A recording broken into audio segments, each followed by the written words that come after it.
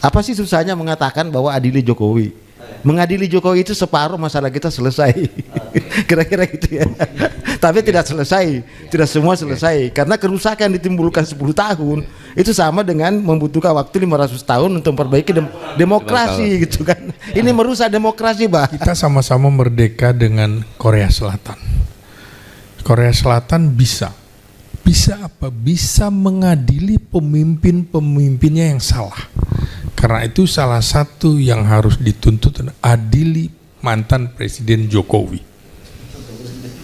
Karena itu sumber masalah yang harus diadili. Korea Selatan itu diadili sejumlah ada sekitar 4 atau 5 mantan presidennya dan berani kembalikan harta kekayaan, kembalikan kebijakan-kebijakanmu yang salah, dikembalikan kemana? Kau harus bertanggung jawab atas penjara. Tapi pada kesempatan ini saya ingin mengucapkan selamat kepada Bapak Jokowi yang bisa merusak negeri ini sangat luar biasa. Iya. Dari kota sampai desa, ya kan? Provinsi juga mengatakan ini luar biasa. Kita ngurus KTP saja sekarang ini ada sebagian waktu itu mantan anak buah saya, ya kan, wanita sampai jam 11 malam. Kamu bawa duit berapa? 2.500, kau bayar 500. Iya selesai Pak katanya. Coba. Jadi korupsi ini di KKN sudah berjalan. KKN-nya sangat luar biasa. Nah, kita ingin bangunkan kembali harapan, memberi kepercayaan pada publik bahwa Indonesia bisa dihasilkan ulang dengan satu radical break. Presiden tidak boleh tersandra oleh hasil transaksi dia ketika pemilu. Pemilu udah selesai. Dia adalah presiden yang bisa mengambil keputusan. Artinya keputusan dia harus otentik, bukan lagi hasil dagang sapi dengan partai-partai sebelumnya. Itu yang ingin kita lihat tuh. Dengan cara itu kita percaya kalau Presiden Prabowo mengambil tindakan radikal, maka Indonesia bisa diselamatkan.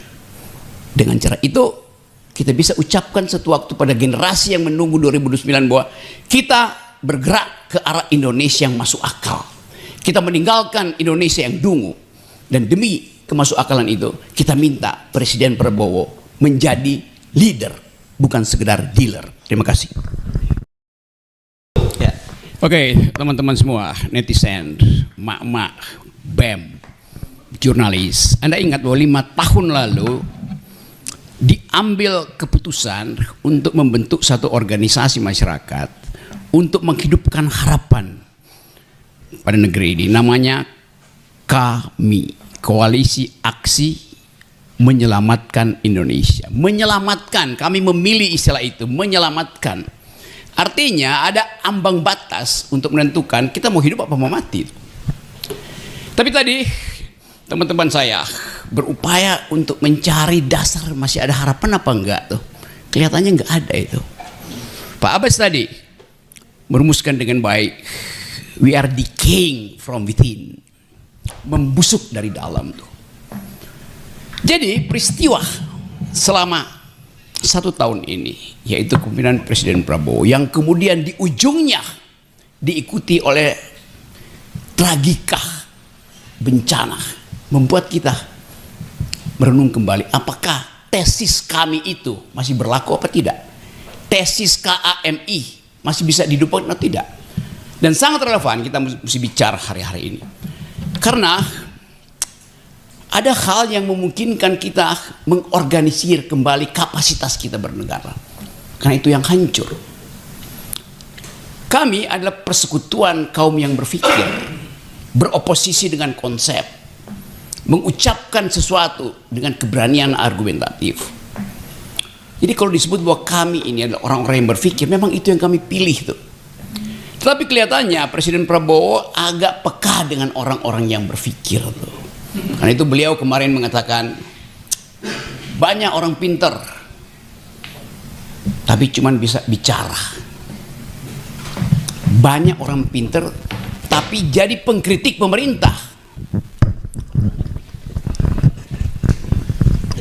banyak orang pinter jadi pengkritik pemerintah. Dalam nada sinis Presiden itu Artinya yang dikumpulkan dalam pemerintah orang bodoh dong, orang dungu itu. Kan logikanya begitu kan. Jadi kelihatannya ada masalah dalam komunikasi politik loh. Kecuali yang dimaksudkan Pak Prabowo adalah banyak orang pinter ngomong lain dengan orang pinter yang ngomong. Orang pinter yang ngomong itu untuk memberi kritik. Tapi orang yang pinter ngomong doang, mereka adalah buzzer. Itu bedanya Pak Presiden tuh. Kita coba lihat keadaan hari ini. Kalau kita baca statistik, tidak ada harapan sebetulnya. Karena 48% statistik terakhir dari saya baca riset dari indikator ya, 46-47% tidak percaya bahwa ada harapan dengan ekonomi. Demikian juga dalam politik. Jadi kalau kita simpulkan bahwa negara ini ada dalam ketidakpastian, itu real secara data, real secara emosi, bahkan real di dalam mimpi. Tidak ada lagi orang yang mimpinya itu, oh Indonesia bisa dihibur dengan bonus demografi, Indonesia bisa dihibur dengan demokrasi, Indonesia bisa dihibur dengan semua hal yang pernah dijanjikan oleh Presiden Prabowo. Jadi kalau kami memberi sinyal kritik pada Presiden Prabowo, dasarnya adalah argumen akademis dan kecintaan pada negeri itu. Kita mulai membaca kegelisahan anak-anak muda yang tidak melihat prospek untuk bersaing di 2029 karena menganggap bahwa dari awal arah 2029 sudah ditentukan oleh dinasti Solo yang kemudian tidak mau dikoreksi oleh Presiden Prabowo. Jadi kalau kritik dari kami diucapkan dengan cara saksama dalam tempo yang sesingkat-singkatnya, dimaksudkan untuk memanggil kembali akal sehat ke dalam republik ini. Hanya itu yang kita inginkan. Kita mau pastikan apa yang akan kita alami di 2026 nanti itu. Dalam keadaan semacam ini, statistik yang dibuat oleh teman-teman kami, Antoni bikin riset yang dalam, teman-teman yang punya potensi untuk menghasilkan kembali pikiran berkumpul di kami, hanya demi mencegah jangan sampai penyelamatan kami selama 5 tahun ini tidak berguna tuh. Jadi kita coba baca perlahan. Setelah akhir tahun ada disaster, apa yang akan terjadi semester depan tuh dalam kondisi ketidakpercayaan publik yang sangat tinggi tuh. Ya saya baca bahwa Presiden Prabowo disukai, gembira orang terhadap Presiden, sehingga dia dapat kepercayaan, tingkat kepercayaan mungkin 80% tuh. Tapi kalau kita lihat kehidupan demokrasi justru buruk. Bahaya betul kalau seorang pemimpin dieluk-elukkan di dalam nilai kuantitatif yang sebegitu besar, sementara demokrasi, lembaga-lembaga, public bodies itu nggak dipercaya. Artinya ada kultus individu, itu intinya tuh. Kalau orang percaya pada demokrasi, Presiden dipercaya 20% pun aman. Tapi ini terbalik, Presiden dipercaya 80%, demokrasi tidak dipercaya. Kontradiksi itu yang ingin kita ucapkan, bahwa ada kepura-puraan opini publik tuh. Dan saya mulai menghitung, kami barusan bikin riset, KAMI baru bikin riset bahwa sangat mungkin semester awal 2006 akan terjadi crossfire antara frustrasi elit dan piring kosong emak-emak. Gejala itu hadir tanpa kita rancang. Itulah keadaan kita yang terakhir. Jadi dalam refleksi ini, saya mewakili perjalanan panjang KAMI yang berupaya untuk menyelamatkan Indonesia, dan masih di situ rencana kita, rencana hidup kita. Hidup itulah rencana, bukan tujuan. Hidup bukan tentang tujuan, tapi tentang perjalanan. Di dalam memulai perjalanan, kita memilih pilihan itu. Dan pilihan itu yang akan membawa kita pada tujuan tuh. Seorang pemikir pernah mengatakan begini, for yesterday is only a dream, and tomorrow is only a vision. But today well lived makes yesterday a dream of happiness, and tomorrow a vision of hope. Masa lalu itu sekedar mimpi, masa depan itu sekedar harapan. Tetapi keputusan kita untuk hidup bermanfaat hari ini akan membuat mimpi yang lalu itu menjadi mimpi yang indah, dan harapan itu menjadi harapan yang mulia. Kita ingin ambil konsekuensi untuk membawa negeri ini pada mimpi yang mulia, karena kita punya harapan-harapan yang memungkinkan kita mengatakan satu waktu bahwa Indonesia sudah ditemukan kembali. KAMI berupaya untuk menerangkan itu pada publik, dan tidak ada dendam kami pada personal. Kami dendam pada kebijakan yang dungu. Kami berupaya mengevaluasi setiap hari. Tapi sekali lagi, yang kita ucapkan ini adalah untuk menggembirakan publik, bahwa kendati ada pesimisme, tapi kami pesimis karena kami rasional. Begitu banyak orang yang optimis, tapi optimisnya irasional. Nah, kita ingin bangunkan kembali harapan, memberi kepercayaan pada publik bahwa Indonesia bisa dihasilkan ulang dengan satu radical break. Presiden tidak boleh tersandra oleh hasil transaksi dia ketika pemilu. Pemilu sudah selesai. Dia adalah presiden yang bisa mengambil keputusan. Artinya keputusan dia harus otentik, bukan lagi hasil dagang sapi dengan partai-partai sebelumnya. Itu yang ingin kita lihat tuh. Dengan cara itu kita percaya kalau Presiden Prabowo mengambil tindakan radikal, maka Indonesia bisa diselamatkan. Dengan cara itu kita bisa ucapkan suatu waktu pada generasi yang menunggu 2029 bahwa kita bergerak ke arah Indonesia yang masuk akal. Kita meninggalkan Indonesia yang dungu. Dan demi kemasuk akalan itu, kita minta Presiden Prabowo menjadi leader, bukan sekedar dealer. Terima kasih. Oke, terima kasih Bung Rocky Gerung. Nggak ada tanya jawab. Salam akal sehat. Salam akal sehat. Jawab, karena ini adalah statement publik. Sebenarnya ini semuanya adalah kontradiksi antara kehidupan masyarakat yang sulit kemudian dipamerkan dengan elit politik yang hidup bermewah-mewah. Tapi pada kesempatan ini saya ingin mengucapkan selamat kepada Bapak Jokowi yang bisa merusak negeri ini sangat luar biasa. Iya. Dari kota sampai desa, ya kan? Profesor juga mengatakan ini luar biasa. Kita ngurus KTP saja sekarang ini. Ada sebagian waktu itu mantan anak buah saya, ya kan? Wanita sampai jam 11 malam. Kamu bawa duit berapa? 2.500, kau bayar 500. Iya, terus saya Pak katanya. Jadi korupsi ini di KKN ini sudah berjalan. KKN-nya sangat luar biasa. Maka saya tadi mendengarkan Prof Siti bicara itu sedih.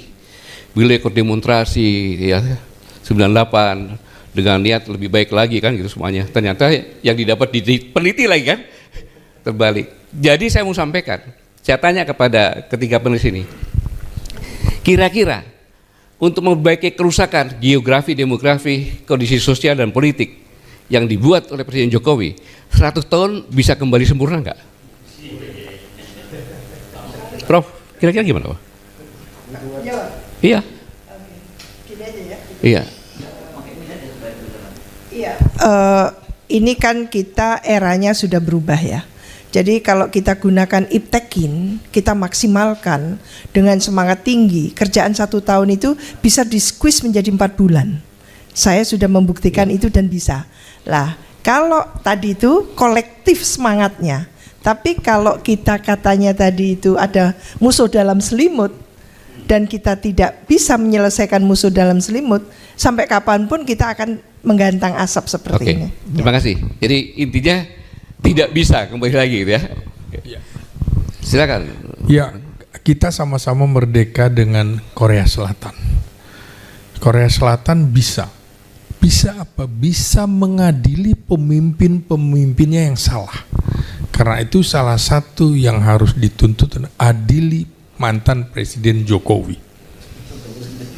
Karena itu sumber masalah yang harus diadili. Korea Selatan itu diadili sejumlah ada sekitar 4 atau 5 mantan presidennya dan berani kembalikan harta kekayaan, kembalikan kebijakan-kebijakanmu yang salah dikembalikan kemana? Kau harus bertanggung jawab atas penjara.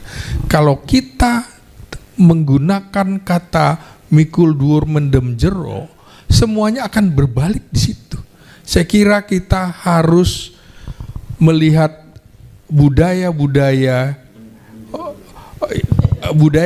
yang keliru di dalam mengadili pemimpin itu harusnya transparan. Jadi salah satu kuncinya adalah adili Jokowi. Yang kedua, menurut saya kita sedang menghadapi yang namanya ular berkepala dua itu. Kita tidak bisa lagi memegang buntutnya karena buntutnya juga jadi kepala. Dan itu biasanya kalau di dalam satwa nyata biasanya ular berkepala dua itu memang hidupnya digorong-gorong. Yang dia makan adalah cebong, kodok, tikus, cacing. Makanya jangan salah kalau kemarin kelompok cebong akhirnya termakan juga kan oleh ular berkepala dua ini. Nah, ular berkepala dua dalam peribahasa memang adalah orang-orang yang munafik, orang-orang yang penuh penuh kepura-puraan. Karena itu ular berkepala dua ini memang harus dipenggal, ya diadili. Oke, siap. Masih ada kesempatan lagi atau langsung bawa? Biar Pak Mulyadi sekalian. Kalau saya ya, memang membutuhkan waktu gitu ya. Tapi untuk sekarang ya, apa sih susahnya mengatakan bahwa adili Jokowi? Mengadili Jokowi itu separuh masalah kita selesai. Kira-kira gitu ya. Tapi tidak selesai, tidak semua selesai. Karena kerusakan ditimbulkan 10 tahun itu sama dengan membutuhkan waktu 500 tahun untuk memperbaiki demokrasi gitu kan. Ini merusak demokrasi, Pak.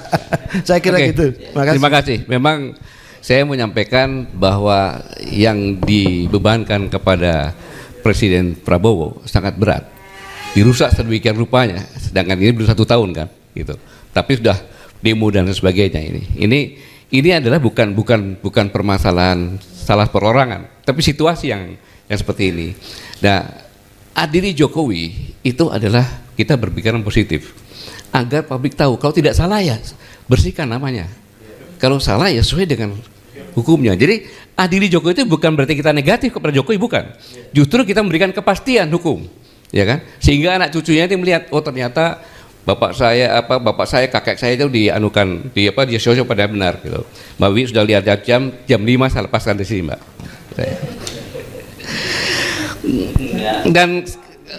Dan kemarin ini yang luar biasa, saya sebutkan ada 3 kelompok kemarin, yaitu aktivis dengan mahasiswa, ya.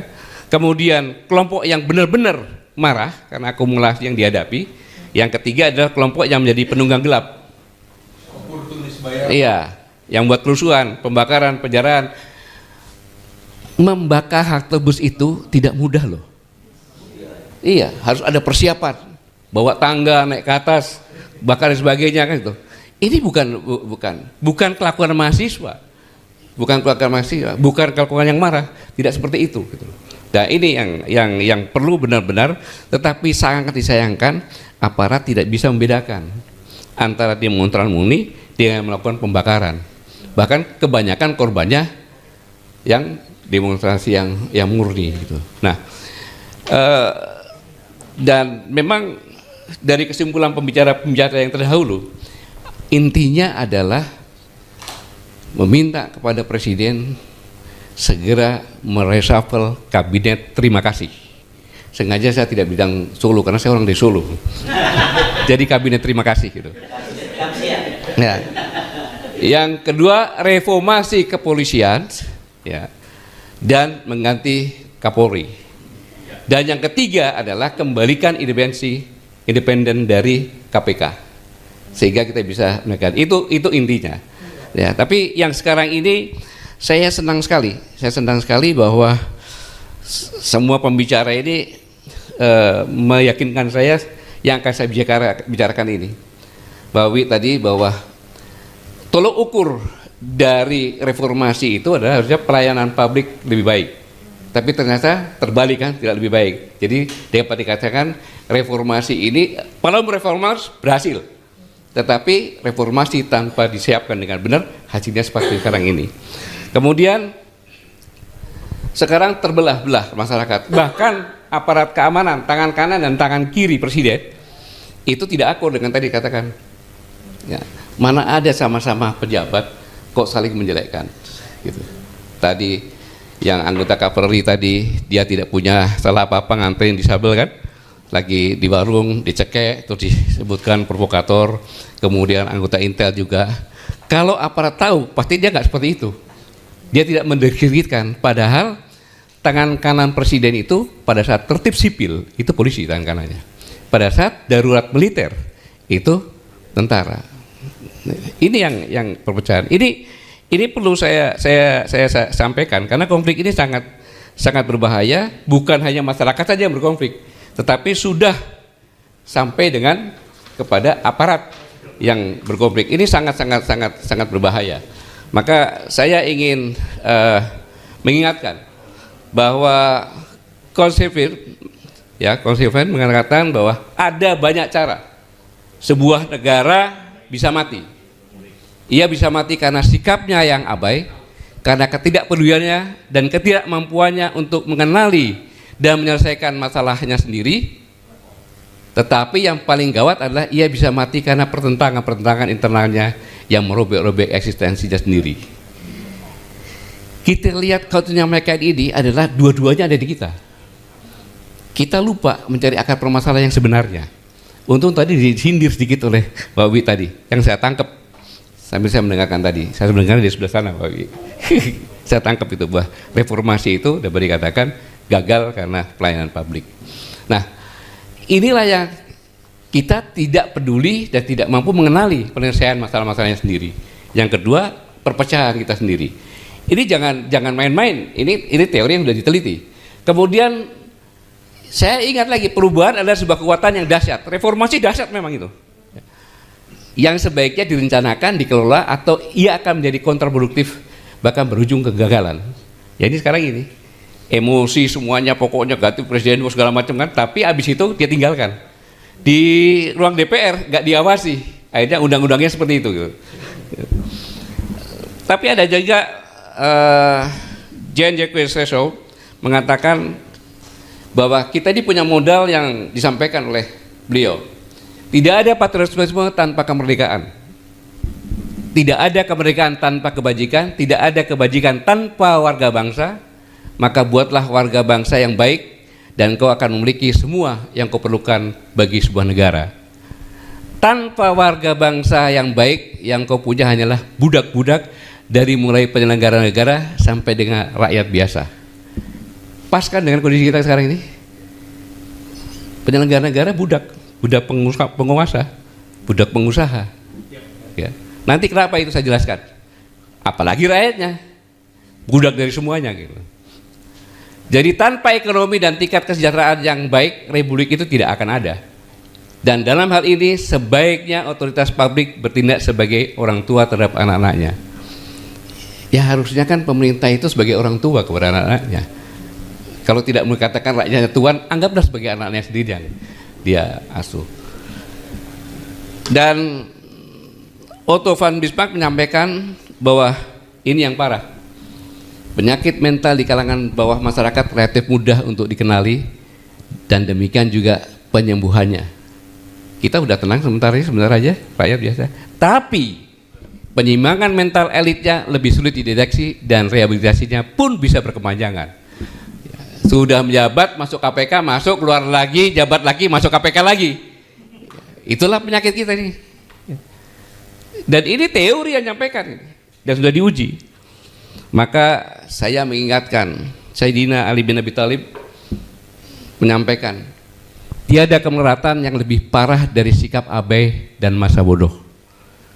Jadi kita mengajak kita semuanya, janganlah kita bersikap abai dan masa bodoh. Mengapa demikian? Tersinggung boleh, tidak tersinggung boleh, bahwa sebenarnya demokrasi kita adalah demokrasi sembako. Iya, demokrasi kita adalah demokrasi pakai sembako yang mengatakan one person, one food. Demokrasi dijual harga murah, satu suara cukup sebungkus sembako Kalau tambahan 50.000 boleh 100.000. Masa depan bangsa ini jadi taruhan. Jadi jangan marah sama anggota DPR. Jangan marah dengan bupati wali kota seperti itu. Wong dia bisa jadi dari sembako kok.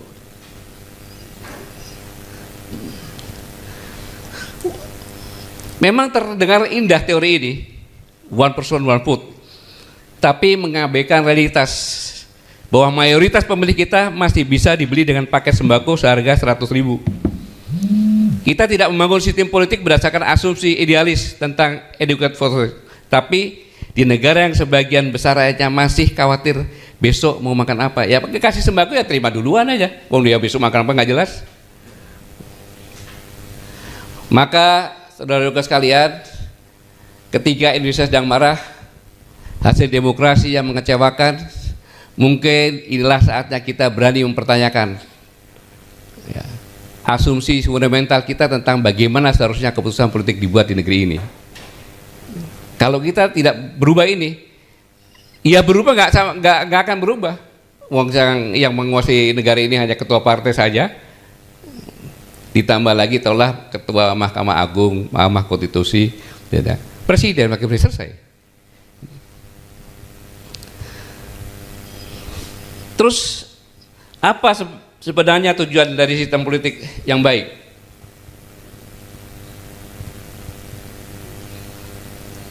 Jadi tujuannya bukan untuk memenuhi idealisme teoritis tentang quality atau freedom, bukan untuk membuat semua orang merasa diwakili atau berpartisipasi, tapi tujuannya adalah sistem politik yang baik adalah menghasilkan keputusan kolektif terbaik untuk kesejahteraan dan jangka panjang masyarakatnya. Ini tujuannya sebenarnya. Inilah yang seharusnya, kalau benar-benar kita sepakat dengan definisi ini, maka pertanyaan berikutnya, apakah ketika sistem demokrasi bisa dibajak dengan modal berapa miliar rupiah untuk membeli jutaan suara, apakah itu masih demokrasi? Pak Mulyadi? Jelas jawabannya tidak ya Pak Mulyadi ya. Semua suara memiliki kualitas informasi dan pertimbangan yang sama. Masa seorang Profesor Siti Suro, maaf, dalam voting itu sama dengan orang yang sedikit gila tapi belum masuk rumah sakit bisa memilih? Loh, buktinya gitu kan? Atau minimal karena lihat merah, kuning, biru, ya, dengan paket sembako kita pilih itu. Seorang profesor, seorang doktor, gamanya. Terus entah apa kalau voting? Ini sebenarnya yang dapat dikatakan, kalau menurut bahasanya Mbak Bi tadi, wong pinter lan wong edan, ya kan? Suaranya podo wae. Ini realisme sebenarnya. Kualitas keputusan tidak bisa dihasilkan dari kuantitas suara, tapi mempertimbangkan kualitas pemikiran dan semua yang dibalik suara itu seharusnya. Di pemilu terakhir di tempat-tempat miskin itu antara 50 sampai 150. Antara 50 sampai 150. Karena mereka sebagian belum tahu besok mau makan apa. Bayangkan. Plus janji kosong tentunya kan. 50 plus janji kosong. Nah, maka ketika sistem demokrasi bisa dibajak dengan modal tersebut, maka plutokrasi yang menang adalah yang punya uang paling banyak untuk membeli suara rakyat miskin. Uang banyak dari mana? Dari pengusaha. Biasa bupati DPR itu kok daerah mendekati pengusaha, pinjam uang atau transaksional dengan jabatannya akan diambil. Ini yang terjadi. Jadi kalau anggota DPR yang kemarin dicopot itu seperti itu, ya itu dari hasil sembako gimana? Terus pertanyaan yang lebih tragis lagi, siapa yang harus menertibkan sistem ini? KPU. KPU itu kan anggota pilihnya melalui dialog politik, ya kan? KPU dipilih melalui dialog politik dong. Bawaslu dari pemerintah juga, iya, Bawaslu di pemerintah juga anggarannya. Maka tergantung pada pemerintah. Polisi atasannya adalah produk politik yang sama. Loh, dipilih oleh pemerintah kok. Jadi ini dengan kejadian sekarang ini sama persis. Serigala suruh mengamankan domba. Ya diterkam dombanya. Ini kan gitu sama. Kalau kita lihat, begitu polisi udah pakai Robocop kan, gebukin semuanya. Bahkan temannya sendiri pun yang kelihatan itu digebukin sampai dia tendang lagi kan.